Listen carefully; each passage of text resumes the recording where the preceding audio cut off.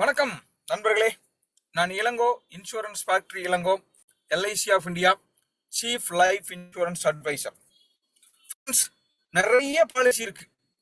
எல்ஐசியில் மட்டும் இல்லை, பிரைவேட் கம்பெனியில் இருக்கு, நிறைய இருக்கு.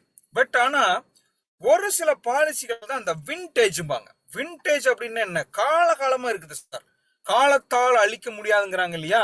அது மாதிரி ஒரு பாலிசி தான் இன்னைக்கு பார்க்க போறோம். தட் இஸ் கால்டு ஜீவன் ஆனந்த். ஜீவன் ஆனந்துக்கு இப்ப இருக்கிற பேர் நியூ ஜீவன் ஆனந்த். நிறைய பேரு ஒரு காலத்துல எல்ஐசினாவே ஜீவன் ஆனந்த் தான், ஜீவன் ஆனந்த்னாவே எல்ஐசி தான்.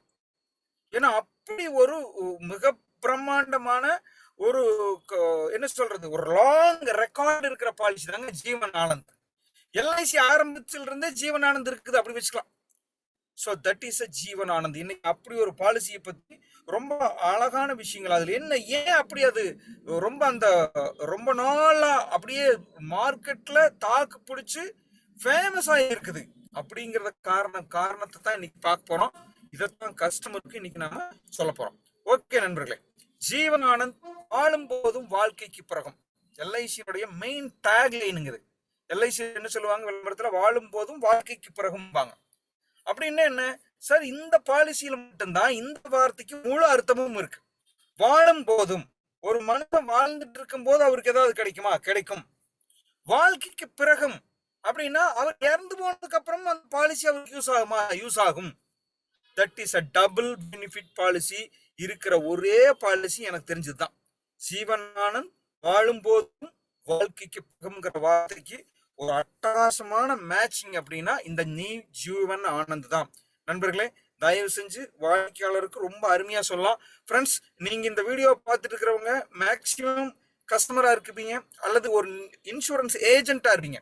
தயவு செஞ்சு நம்ம சேனலுக்கு சப்ஸ்கிரிப்ஷன் கொடுங்க. சப்ஸ்கிரிப்ஷன் கொடுத்தீங்கன்னா இன்னும் நிறைய வீடியோஸ்கள் இன்னும் ரொம்ப இன்ஃபர்மேட்டிவா நாம போடலாம். ரெண்டாவது, உங்க நண்பர்கள் அல்லது உங்களுடைய கொலீக் அல்லது உங்களுடைய டீம்மேட், உங்க கூட பிசினஸ் பண்றவங்களுக்கு இந்த வீடியோவை ஷேர் பண்ணுங்க. ஷேர் பண்ணீங்கன்னா அவங்களுக்கும் இது உபயோகமா இருக்கும். இதுதான் விஷயம். மூணாவது, கமெண்ட் பண்ணுங்க. கமெண்ட்ல உங்களுக்கு என்ன மாதிரி வீடியோ போடலாம், நெக்ஸ்ட் என்ன மாதிரி வீடியோ வேணும், அல்லது உங்க மைண்ட்ல என்ன இருக்கு, என்ன டவுட் இருக்குதுங்கிறத நீங்க போட்டீங்கன்னா நாம டீடைல்டு வீடியோ ப்ரமோட் பண்ணலாம். ஓகே நண்பர்களா, நியூ ஜீவன் ஆனந்த் வாழும் போதும் வாழ்க்கைக்கு பிறகும் அடுத்து நாம் பார்க்க போறோம். ஓகே, ட்ரெடிஷனல் பாலிசின்னு எல்ஐசி அப்படின்னா, ட்ரெடிஷனல் அப்படின்னு என்னங்க? பழம்பெருமை வாய்ந்திய காலகாலமாக எல்ஐசியினுடைய பிராண்டுக்கு ஈக்குவலா ஒரு ட்ரெடிஷனல் பாலிசி இருக்குதுன்னா இந்த நியூ ஜீவன் ஆனந்த் தான். ட்ரெடிஷனல் பாலிசி இன் எல்ஐசிங்கிறதுல மிக மிக மிக முக்கியமானது ஜீவன் ஆனந்த். இது தொடர்ந்து மணி பேக், என்டோமெண்ட், இந்த மூணையும் தான் ட்ரெடிஷனல் பாலிசிம்போம். மாறவே இல்லைங்க. எல்ஐசி ஆரம்பத்துல இருந்து இருக்குது இந்த பாலிசிகள், இது வரைக்கும் மாற்றமே பண்ணல, அப்படியே வச்சிருக்காங்க. That is a traditional policy. அதுல நம்பர் 1 இருக்கிறது இந்த ஜீவன் ஆனந்த். சரி, ஹையஸ்ட் செல்லிங் பிளான். சரி, இன்னைக்கு மட்டும் இல்ல, எப்ப எடுத்து பார்த்தீங்கன்னாலும் 100 பாலிசி போட்டிருக்காங்கன்னா 15 பாலிசி 20 பாலிசி ஜீவன் ஆனந்த் தான் போகும். எப்ப எடுத்து பார்த்தீங்கன்னா காலகாலமா ஜீவன் ஆனந்த் மட்டுமே விற்கிற நிறைய இன்சூரன்ஸ் முகவர்கள் இருக்காங்க. ஏன்? Number 1 sir. தங்கம் எடுத்தோன்னே தங்கம் வித்துறலாம், வேற எதை பத்தியும் கம்பேர் பண்ணலன்னு சொல்றவங்க இன்னும் இருக்கிறாங்க. பட் இப்ப நிறைய பாலிசிகள் வந்த பிறகும் கூட இன்னும் இந்த ஜீவன் ஆனந்த் அதுக்குண்டான மதிப்பு, அதுக்குண்டான வேல்யூ இருந்துட்டே இருக்குது. ஹையஸ்ட் செல்லிங் பிளான் எல்ஐசியில. சரி, என்னென்ன பெனிஃபிட்னு பார்த்தோமா? First, endowment and whole life sir. Endowment என்னங்க? பிரீமியம் கட்டுறாங்க, கட்டி முடிச்ச பணம் கொடுப்பாங்க. நீங்க கட்டின சம்மேஷன் போனஸ் அல்லது ஃபைனல் எடிஷன் போனஸ் இதெல்லாம் சேர்த்து என்ன பண்ணுவாங்க? என்டோமெண்ட்ல பணம் திருப்பி கொடுப்பாங்க. பணம் போட்டது திரும்பி வரும், அதுக்கு பேர் தான் என்டோமெண்ட். ஹோல் லைஃப் அப்படின்னு என்ன? இந்த ரெண்டுமே இருக்கு இந்த பாலிசியில சார். கடைசி வரைக்கும் ஒரு மனுஷன் இறந்து போற வரைக்கும் இந்த பாலிசி கவர் ஆகும். அது என்ன வயசு வேணாலும் இருக்கலாம், 50 இருக்கலாம், 60 இருக்கலாம், 80, 90, 100, என்ன வயசு வேணாலும் இறந்து போகும் வரைக்கும் இந்த பாலிசி இருக்கும். அப்போ என்டோமெண்ட்டும் இருக்குது இந்த பாலிசியில. பணம் போட்டது திரும்பியும் வந்துடும், வட்டியும் கிடைக்கும். அந்த மனுஷன் இறந்து போனதுக்கு வரைக்கும், அந்த நாள் வரைக்கும் இந்த பாலிசி இருக்கும். அதுதான் என்டோமெண்ட் ஹோல் லைஃப். நான் உங்களுக்கு சொல்றேன் எப்படின்னு. Regular saving plus life time கமோ. ரெகுலர் சேவிங்னா என்னங்க? மாசம் 3 மாசம் 6 மாசம் வருடம் இந்த பாலிசியில நீங்க பணம் கட்டிக்கலாம். That is a regular saving. Life time கவர்ங்கிறது என்னங்க சார்? ஒருத்தர் 15 வருஷம் பணம் கட்டுறாரு, 16வது வருஷம் இவர் கட்டின பணமும் வட்டி ஃபைனல் எடிஷன் போனஸ் என்ன இருக்குதோ வாங்கிக்கலாம். மெச்சூரிட்டி சார், பணம் கட்டி முடிஞ்சோடனே 15 வருடம் 20 வருஷம் கழிச்சு மெச்சூரிட்டி வாங்கிக்கலாம். அதுக்கப்புறம் நீங்க பணம் கட்ட வேண்டாம். ஆனா உங்க சம்மை சூடு இன்னொரு சம்மை சூடு என்ன இருக்கும், தொடர்ந்து உங்க கூட வந்துட்டே இருக்கும். அந்த நண்பர் அல்லது அந்த பாலிசி ஹோல்டர் எப்ப இறந்து போனாலும் அந்த சம்மை சூடு மறுபடியும் ஒய்ஃபுக்கு வந்துடும் அல்லது நாமினிக்கு வந்துடும். சார், பணம் ஒருத்தர் கட்டுறார், ரெகுலரா கட்டுறார், பிரீமியம் டேர்ம் முடியுது, பிரீமியம் டேர்ம் முடிஞ்ச உடனே பணம் வந்துடும். 15 வருடமா 20 வருடமா எவ்வளவு வருடம் போட்டிருந்தீங்களோ பணத்தை வாங்கிக்கலாம். சார், நீங்க போட்ட பணத்தையும் வாங்கிட்டீங்க, சம்மை ஷூட் வாங்கிட்டீங்க, போனஸ் வாங்கிட்டீங்க, ஃபைனல் எடிஷன் போனஸும் வாங்கிட்டீங்க. ஆனாலும் ஒரு சம்மை ஷூட் அந்த பாலிசியில அங்கேயே தான் இருக்கும், பாலிசி லைவ்ல தான் இருக்கும். என்ன நடக்கும், அதுக்கப்புறம் அவர் எத்தனை வருடம் கழிச்சு இறந்து போனாலும் மறுபடியும் இன்னொரு சம்மை ஷூட் அந்த நாமினிக்கு கிடைக்கும். டபுள் சம்மை ஷூட். சரி, லைஃப் கவர் எவ்வளவு சார் இருக்கும், ரிஸ்க் கவர் எவ்வளவு ஆகும் அப்படின்னா, லைஃப் கவர் ஈக்குவல் டு 1.25 டைம்ஸ்ங்கிறாங்க. சார், 10 லட்ச ரூபாய் பாலிசி எடுத்துனாங்கன்னா 12 லட்ச ரூபாய் சம்மை ஷூடா இருக்கும் ரிஸ்க் கவர். அப்ப ஏதாவது ரிஸ்க் கவர் இறந்து போயிட்டாருன்னா 1.25 டைம்ஸ் ரிஸ்க் கவர் கொடுப்பாங்க இந்த பாலிசியில. அதுக்கப்புறம் ஃபைனல் எடிஷன் போனஸ் என்ன இருக்குதோ அதை கொடுத்துருவாங்க. அப்ப ரிஸ்க் கவர் சம்மை ஷூட படமும் இந்த பாலிசியில அதிகம். ஆக்சிடென்ட் ரைடர் இருக்கு, டேர்ம் ரைடர் போட்டுக்கலாம், கிரிட்டிக்கல் இன்சூரன்ஸ் ரைடரும் போட்டுக்கலாம். சார், ரைடருங்கிறது என்ன, எக்ஸ்ட்ரா வேணும்னா எடுத்துக்கலாம். சார், ஒரு ஆக்சிடென்ட் ரைடர் இதுல பாலிசியில் எடுத்துட்டீங்கன்னா 10 லட்சம் சம்மை ஷூடுங்க. ஆக்சிடென்ட் ரைடர் எடுத்துட்டீங்கன்னா சப்போஸ் அந்த கஸ்டமர் ஆக்சிடென்ட்னால இறந்து போயிட்டாருன்னா 2 சம்மை ஷூடு கிடைக்கும். அதுதான் ஆக்சிடென்ட் பெனிஃபிட் ரைடருங்கிறது. ஒரு சம்மை ஷூடு ஆல்ரெடி பாலிசியில் இருக்குது 1.25 டைம்ஸ், 10 லட்ச ரூபாய் பாலிசி எடுத்திருக்கிறார். கவரேஜ் எவ்வளவு இருக்குது, 10 லட்சத்து அதாவது 125 டைம்ஸ் 25 டைம்ஸ் 25.25% அதிகமா இருக்கு. அப்படின்னா கிட்டத்தட்ட 12 லட்ச ரூபாய் சம்மை ஷூட் ஆல்ரெடி இருக்குது. ஆக்சிடென்டல் பெனிஃபிட் எடுத்திருந்தாருன்னா மறுபடியும் அவருக்கு ஒரு 10 லட்ச ரூபாய் கிடைக்கும். அப்ப விபத்தால் இறந்தாருன்னா கிட்டத்தட்ட 22 லட்ச ரூபாய் கிடைக்கும். 10 லட்ச ரூபாய் சம்மை ஷூட் 0.25 டைம்ஸ் அதிகம் அப்படின்னா அதுக்கு ஒரு 2.5 லட்சம். ஆக்சிடென்டால இருந்திருந்தாருன்னா மறுபடியும் ஒரு 10 லட்சம். கன்ஃபியூஸ் ஆகிக்க வேண்டாம். சம்மை ஷூட் 1.25 டைம் இருக்குது ஆல்ரெடி. இன்னொரு ஆக்சிடென்ட் பெனிஃபிட் ஆட் பண்ணியிருந்தீங்கன்னா, ஆக்சிடென்ட்ல இறந்திருந்தாருன்னா அவருக்கு மறுபடியும் இன்னொரு சம்மை ஷூட் கிடைக்கும். டேர்ம் ரைடருங்கிறது என்ன சார், நார்மலாவே இறந்தா கூட ஒரு சம்மை ஷூட் கிடைக்கும் ஜீவனானதுல 0.25 டைம்ஸ். கால்வாசி மறுபடியும் இன்னும் கொஞ்சம் எக்ஸ்ட்ரா கிடைக்கும் இறந்து போனார்னா.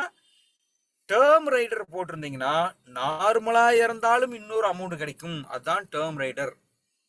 கிரிட்டிக்கல் ரைடருங்கிறது என்ன, இதெல்லாம் ஏட் பண்ணிக்கலாம் சார், வேணும்னா மட்டும் ஏட் பண்ணுங்க, பிரீமியம் அதிகமாகும். கிரிட்டிக்கல் ரைடர்னா ஒரு 13 விதமான கிரிட்டிக்கல் நோய்கள் இருக்கு. அந்த கிரிட்டிக்கல் நோய்கள் ஏதாவது அந்த கஸ்டமருக்கு வந்துட்டா இறந்து போக வேண்டியதில்லை, டயக்னஸ் ஆனா போதும், டெஸ்ட் பண்ணி சோதனையில தெரிய வந்தாவே அவங்களுக்கு ஒரு சம்மை ஷூடு கிடைக்கும். 10 லட்சம்னா 10 லட்சம் கொடுத்துருவாங்க. அதுதான் கிரிட்டிக்கல் ரைடர். அப்போ பாலிசியை ஆக்சுவலா போட்டுக்கலாம். ஆக்சிடென்ட் ரைடர் வேணா ஆட் பண்ணிக்கங்க, டேர்ம் ரைடர் வேணாலும் ஆட் பண்ணிக்கங்க, கிரிட்டிக்கல் ரைடர் வேணாலும் நீங்க ஆட் பண்ணிக்கலாம். இதுதான் பெனிஃபிட் நண்பர்களே. அடுத்தது இன்னொரு முக்கியமான பெனிஃபிட் இந்த பாலிசியில் இருக்குது, செட்டில்மெண்ட் ஆப்ஷன். சார், ஒரு கஸ்டமர் இறந்து போறார், நான் சொன்ன மாதிரி 22 லட்சம் வருது ஆக்சிடென்ட் பெனிஃபிட்டோட. அந்த மனைவி அல்லது அவங்க நாமினி வந்து எனக்கு உடனே வேண்டாம், எனக்கு கொஞ்சம் கொஞ்சமா கொடுங்கன்னு சொன்னீங்கன்னா, லைஃப் இன்சூரன்ஸ் கார்பரேஷன் என்ன வேண்டும்னா 5 வருடம் 10 வருடம் 15 வருடம்னு கேட்கும். எனக்கு 15 வருட ஆப்ஷன் செலக்ட் பண்ணாங்கன்னா அந்த 22 லட்சத்தை பிரிச்சு வட்டி போட்டு 15 வருஷத்துக்கு மாசமாவோ கோட்டேலியாவோ ஆஃபேலியாவோ இயர்லியோ பிரிச்சு வாங்கிக்கலாம். அப்போ ஒரே தடவையில வாங்க வேண்டிய அவசியம் இல்லை.